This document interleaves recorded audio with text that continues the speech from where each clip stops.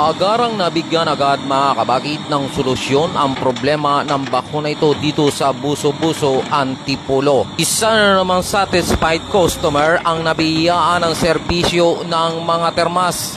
Parang nagdahilan lamang mga kabakit ang nangyari kay PC200-8-in-1 nang mahawakan ito ng mga termas. At laking pasasalamat mga kabakit ng client na ito dahil nasungkit daw niya ang serbisyo ng mga termas at ngayon nga mga kabakit ay hindi siya makapaniwala na sa loob lamang ng ilang sandali ay maibabalik ng muli ang kilos ng kaniyang bakho. Sambit pa ni client follower at isa rin nating subscriber sa ating page na tayo daw mga kabakit ay ire-recommenda niya sa kanyang mga kakilala kaibigan na mayroong mga heavy equipment na may problema. Bagamat ito ay naikwento pa lamang sa atin ni client follower subscriber, tayo ay nagpapasalamat na dahil kung magkakatuluyan mga kabakit ay hindi mawawalan ng trabaho ang mga termas sa mga susunod pa na mga araw. At bago natin mga kabakit iwanan si PC200 ay samahan nyo muna kami mga kabakit na panoorin kung gaano nakalakas ang kilos ni PC200-7.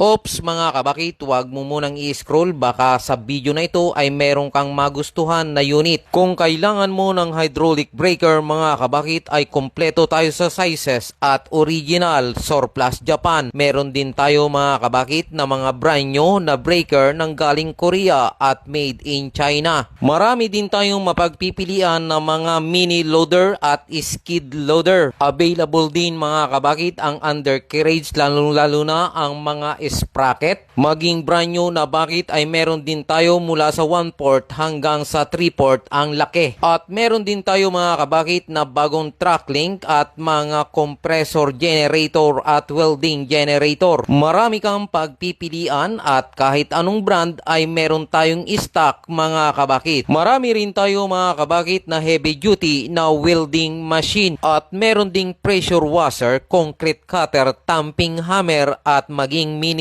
road roller ay meron din tayo mga kabakit.